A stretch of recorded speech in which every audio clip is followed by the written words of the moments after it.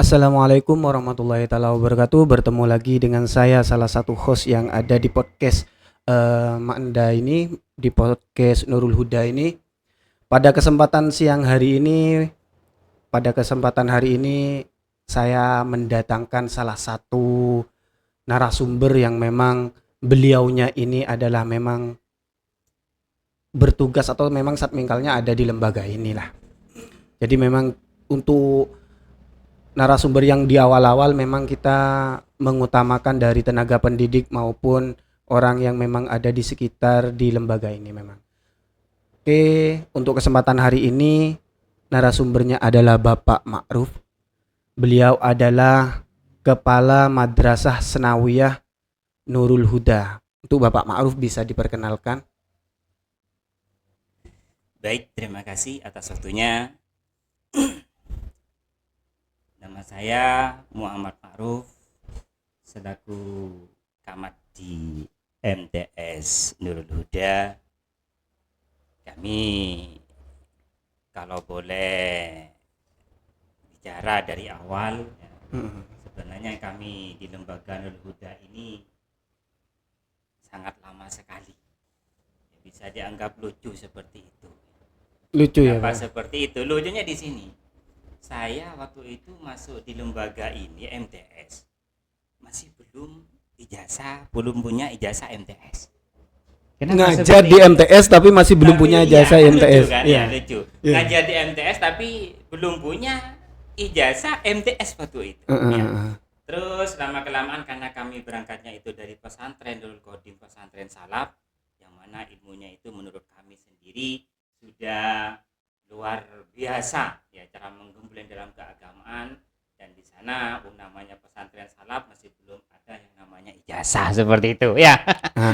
Ada Terus, ijazah tapi memang untuk pelajar pribadi, G, ijazah pribadi. pesantren itu ada Ijazah gitu, pesantren ya. istilahnya. Terus ke sini saya awalnya itu memang guru tugas dari pesantren Pondok Pesantren Nurul Qadim yang diasuh oleh Kiai Haji Nuruddin Musyiri, yang mana pendirinya waktu itu almarhum Kiai Hashim Kiai Minu ya. Dan ketepatan saya masuk ke sana sudah waktu itu pengasuhnya Kiai Haji Nuruddin Musyiri, itu menantu dari almarhum Kiai Minu. Terus anak saya agak lama di sana, kira-kira 9 tahun ya. Kalau dari silsilah orang mencari ilmu itu kan memang harus waktu zaman nih. Iya, harus lama waktunya. Ternyata setelah ditanya 9 tahun masih belum masuk kategori waktu zamani katanya. Jadi ya karena waktu itu saya sudah ditugas tidak bisa melanjutkan gitu. Jadi ditugas di sini dari 2001. Iya. 2001 kami ditugas di sini ya, dengan ilmu seadanya ya, dengan ilmu seadanya. Lama kelamaan sampai saya disuruh ngajar MTS, MI, MA ya. Ini sangat lucu sekali. Kenapa? Karena waktu itu kami belum mengemban yang namanya ijazah formal itu. Ya. Terus lama kelamaan kami mengikuti yang namanya mengejar ijazah, namanya ijazah paket. Paket ya, Paket. Ya, karena memang seperti itu jalannya. Mau sekolah sudah tidak bisa terbentur umur tua. Jadi paket B, habis itu 3 tahun paket C, sampai saya mengikuti perkuliahan sekolah di Universitas Zainul Hasan. Genggong ya. Iya, Genggong. Jurusan PAI. Alhamdulillah lulus dari sana, mengemban yang namanya ijazah, walaupun saya sambil tersenyum ya. Kemban itu sehingga kami amalkan di sini, padukan dengan ilmu-ilmu yang di pesantren salaf itu. Alhamdulillah sampai sekarang kami mengamalkan ilmu dari pesantren dari Zainul Hasan itu dengan aman dan nyaman seperti itu. Alhamdulillah. Terus lama kelamaan kami di sini, setelah pikir-pikir kenapa lembaga ini kok gitu-gitu aja gitu. Sehingga banyak temuan-temuan dari siswa-siswi khususnya di madrasah MTS itu waktu itu banyak kekurangan dalam faktor-faktor mengajinya Al-Qur'an. Oh, Al-Qur'an ya. Karena Al-Qur'an itu kan apalagi di pedesaan sangat penting sekali. Karena kita kan lembaganya memang dalam tanda kutip pendidikan Islamnya juga kan ya, Pak Iya, ya. Iya. Makanya kita mengembangkan ngaji dulu. Dari ngaji ya sulit karena mau dari mana, karena kami waktu itu masih belum punya strategi, masih dini mengadakan seperti itu, sehingga kami itu mengangan-angan, mengandai-andai rembuk, Pak Agus, yayasan, kepala AMA itu semua rembuk. Akhirnya tumbuhlah perekrutan tenaga pendidik. Ternyata waktu itu hasilnya tenaga pendidiknya itu guru ngaji sewates wetan, seperti itu. Ya terus keliling ke guru-guru ngaji itu, mengundang, ajak kerjasama. Ternyata beliau itu mau, walaupun tanpa pamrih ke sini ya. Cuman ke sini tiap hari dari jam 7 itu sampai jam 8 dikasih snik-snik, makanan seribu-seribuan itu ya. Yang penting ada yang namanya kohwa gitu. Ya silakan diminum Pak ya. Enggak apa-apa, santai. Ini sebelum melangkah sampai ke belakang Pak ya, kita kan jenengan tadi bicara bahwa di sini itu berangkat dari guru tugas. Jadi kami ingin tahu dulu tahun berapa sampean ada di sini, apa memang sudah ada lembaga MTS-nya atau memang belum ada, tetapi sampean itu tugas di lembaga diniyah di pondoknya? Begini awalnya, saya masuk ke sini itu sebagai guru tugas. Ternyata awalnya memang di pendidikan salafnya di Madinah. Di pondok nggih, di pesantren yang ada di sini. Berhubung di lembaga-lembaga itu mungkin kekurangan tenaga pendidik dalam bidang agama. Berarti memang jenengan pas ke sini itu memang sudah ada MTS-nya sudah berarti 2001. Itu sudah ada karena saya masuknya 2001. Sedangkan MTS itu waktu itu berdirinya saya lihat ya di Ijob itu. Ya, itu berdirinya tahun 82 ya. Berarti berdirinya lembaga MTS ini bersamaan tahun kelahiran saya sendiri. Gitu ya. Iya. Berarti tuanya lembaga MTS ini sama dengan umurnya jenengan ya, gitu. Insya Allah seperti itu. Bukan tua lah, istilahnya dewasa lah. Iya. Insya Allah seperti itu. Kenapa? Ya masalah bulan, tanggal, walaupun tidak persis, yang penting tahunnya dulu berapa. Setelah itu dari tenaga pengajar, sekarang jenengan itu alhamdulillah diamanahi sebagai kepala madrasah senawiyah. Itu mulai tahun berapa? Ya dari sekarang itu sudah lamanya baru sebenarnya ya. Kalau dalam perjuangan itu 4 tahun itu masih baru, masih dini. Berarti ya. Awal 2020. Iya. 2020-an. Awal 2020 seperti itu. Ya. Terus sampai sekarang ini, karena di sana dulu katanya ada istilah apa? ADART apa? ADART. Iya tak? Untuk apa itu Pak? Hah? Untuk apa itu? Ya, masa bakti, masa kerja.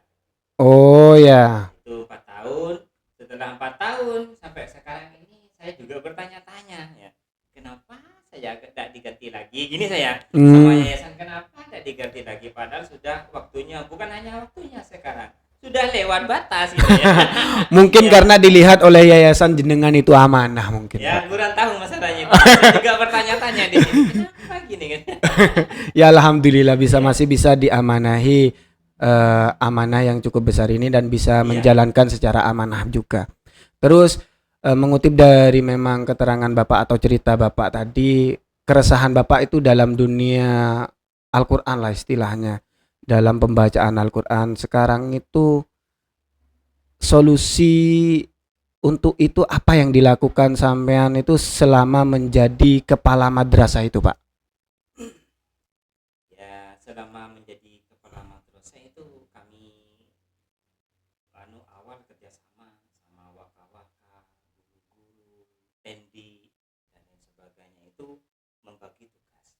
Karena tidak mungkin lembaga sebesar ini, murid sebanyak ini kami emban pikir sendirian, tidak mungkin. Makanya kami beri tugas ke waka-waka atau tendi, guru yang lain itu untuk mengurus sekolah ini. Seperti itu.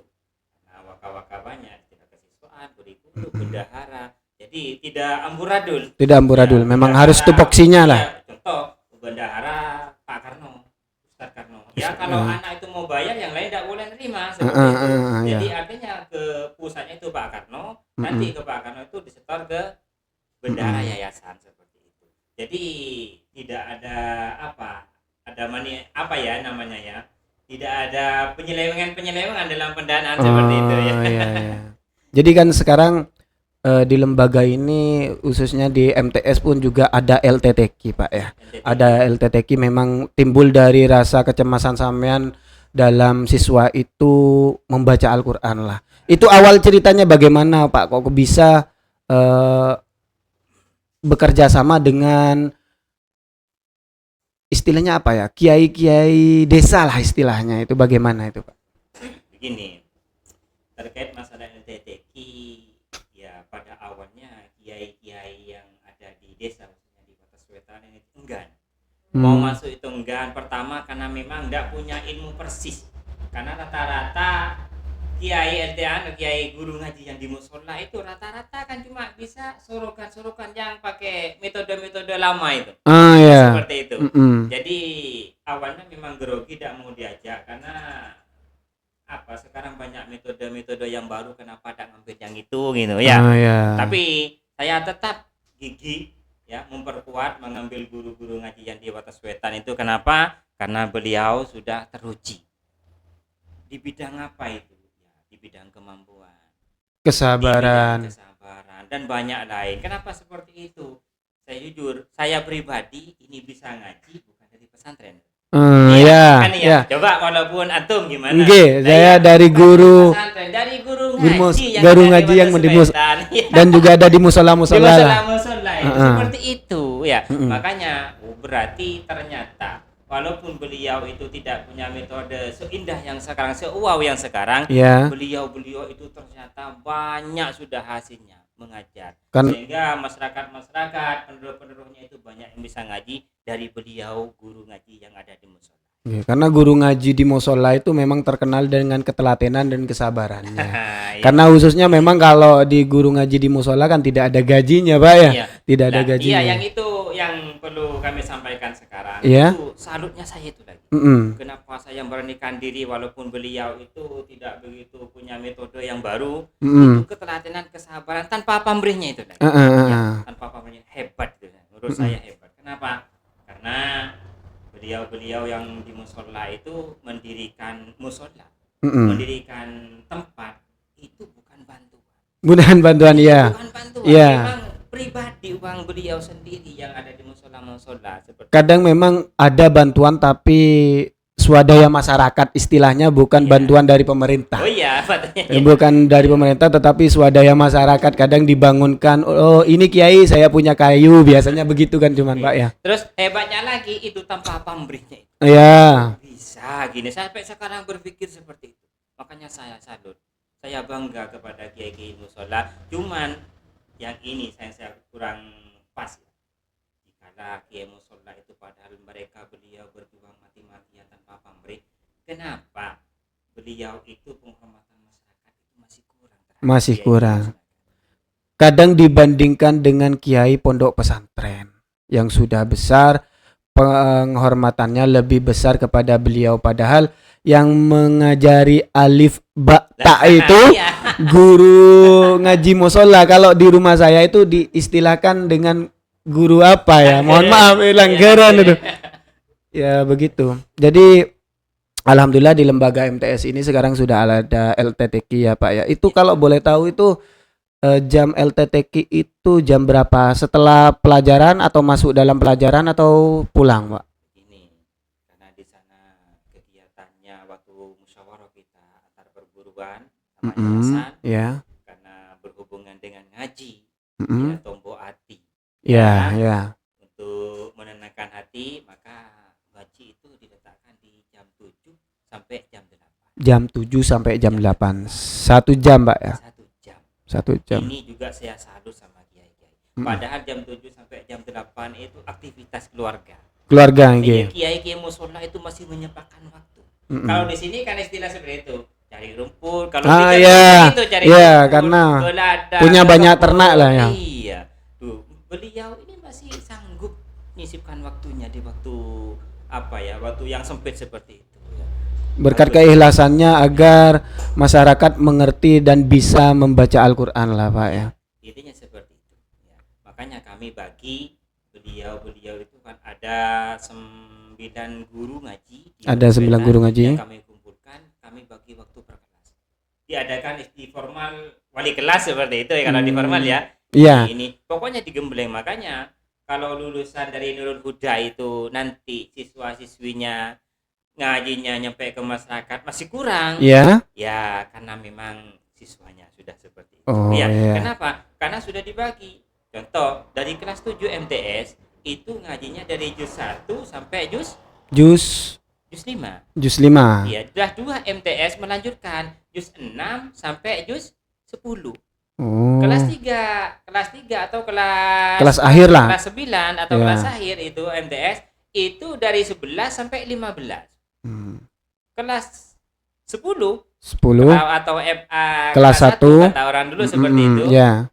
Itu 16 jusnya sampai 20. Terus kelas 2 MA itu dari 21 sampai dengan 25. Dari kelas 3 MA itu 26 sampai juz 30. Berarti ini memang per jenjang itu memang berkelanjutan lah Pak ya, berkelanjutan. Itu pun nanti ada bimbingannya, harus tuntas, ada semacam kurikulum seperti itu, ada target-target. Tujuannya apa? Biar mendapat hasil, bukan hanya sekedar ngaji, pokoknya ngaji, tidak ada seperti itu. Makanya kami bilang tadi, kalau lulusan MTS Nurul Huda atau FA Nurul Huda di bawah naungan yayasan YPKS Bustanul Ulum nyampe masyarakat ngajinya masih celengak-celengok, berarti karena memang faktor murid. Ya, karena memang murid itu ada yang memang cepat dan memang ada yang lambat gitu Pak. Tidak hanya sekedar LTTQ ya, di tafidul apa namanya? Di ngaji-ngaji saja tidak. Bahkan kami sudah berjalan mengembangkan yang namanya di LTTQ itu pendidikan tafidul Quran. Iya, tafidul Quran. Alhamdulillah selama ini berjalan berapa tahun ya, sekitar 4 tahunan. Siswa-siswi itu ada yang sudah 5 juz. Sudah 5 juz. Ya, tadi memang sudah sempat disinggung sama pemateri-pemateri sebelumnya, memang di sini ada kayak tahfidz Al-Qur'an, Pak ya. Dan itu apa per kelas, apa memang siswa yang hanya berkompeten aja yang diambil apa gimana, Pak? Untuk penjaringan di tahfidz itu kami jaring dari tahsinul Qur'an. Dari tahsin. Iya, tahsinul Quran. Kami tanya guru di kelas-kelas didik yang di LTTQ ya. Yeah. Oh, ini layak masuk tahfidz, ini layak masuk tahfidz, ini sudah lancar bagus. Plus tajwidnya semua, maka kami jaring di tahfidz seperti itu. Ya. Kalau memang ada kemauan kadang dari siswa, tapi saya cek dulu bisa enggak ini, kan seperti itu. Ya. Khawatirnya kenapa? Pendidikan LTTQ yang di sini dikira main-main, kan seperti itu ya. Bahkan kalau wisuda tiap tahun itu saya sudah tawarkan. Yang wisuda tahun kemarin ini yang di wisuda itu sebanyak 29. Hafal Al-Qur'an. Hafal Al-Qur'an juz berapa? Juz 30. Juz 30. 1 2 3 4 sampai 5. Ada kategorinya enggak, Pak? Untuk juz 1 sampai 5 kategorinya kelas A seumpamanya. Untuk 1 sampai 10 kelas B, untuk juz 30 mungkin di iqdad atau gimana, tidak ada Pak? Kalau kategori masalah itu sementara kami masih kumpulkan per juz. Contoh yang juz 30 ini pendidiknya ini. Oh ya. Yang juz 1 ini pendidiknya ini. Terus seperti itu ya. Sampai juz 5. Kita bilang juz 5 bukan mereka itu santri-santri yang di sini menghafalkan juz 5, tidak. Kalau bilang berarti berapa, Dok? Oh, saya juz 5, Ustaz. Dan itu hitungannya dari juz 30. Oh, juz 30 kan? 30, 1, juz 3, 4, 5. Berarti mereka itu kalau bilang juz 5, hafalnya sudah 6 juz. Ya, begitu, 6 juz. Terus itu dalam segi tahfidznya Pak ya. Berarti ini juga saya di guru LTTQ merasa bangga. Kenapa? Banyak terima kasih saya di beliau-beliau yang di sana. Soalnya dari masyarakat itu ada yang bilang seperti ini. Ya mohon maaf. Enak kalau sekolah di sana. Kenapa? anak saya gimana ya kalau saya bicara, tapi tidak apa-apa ya, mohon maaf. Enggak apa-apa. Ini kenyataannya. Anak saya ada di sana, istilahnya di pondok seperti itu ada di pondok selama 8 tahun tidak pernah membahagiakan saya. Sedangkan di sekolah saja di Nurul Huda ini sudah bisa membahagiakan orang tua. Kenapa? Bisa tahfidz. Alhamdulillah. Sulit sekali, Ustaz. Ya. Karena bukan di lingkup pesantren. Ya. Kalau pesantren itu di lingkup pesantren aja memang kadang mereka tidak masuk pada ruang lingkup itu karena memang sudah malas untuk menghafal. Iya.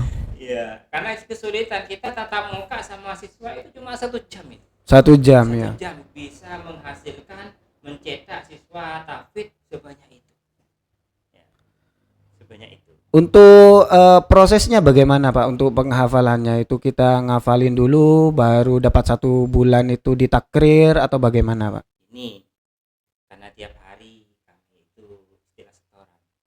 Ya. Anak itu langsung nyetor. Awalnya memang takrir dulu Ustaz. Yang 30 ayo takrir dulu. Habis itu takrir sudah tiap hari seperti itu. Tiap pagi. Habis itu langsung setor. Yang mau setor seperti itu terus.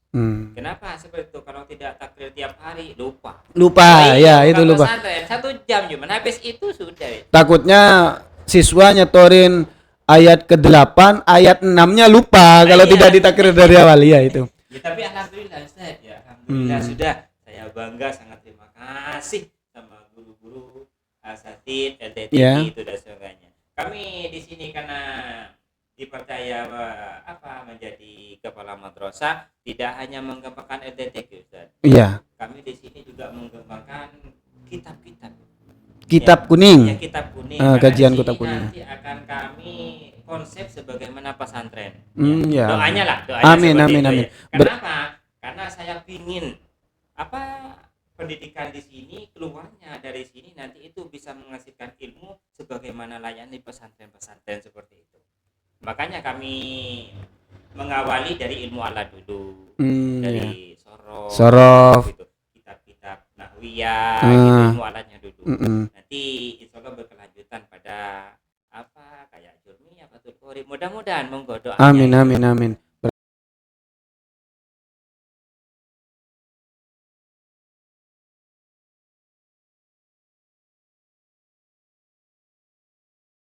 Ajaran pembacaan kitab kuning itu ada yang namanya juga iqlal ya Ustadz ya. Ya, iqlal. Jadi pondasinya itu ada nahwu, sorof dan juga iqlal. Bagaimana kita bisa dan juga bisa memahami isi dari kitab-kitab ya tersebut begitu Ustadz. Soalnya gini, kalau tidak konsep kayak pesantren. Iya. Karena di sini lingkungan seperti ini katakanlah orang awam seperti ini. Iya. Mohon maaf bukan mereka masyarakat ini awam tidak.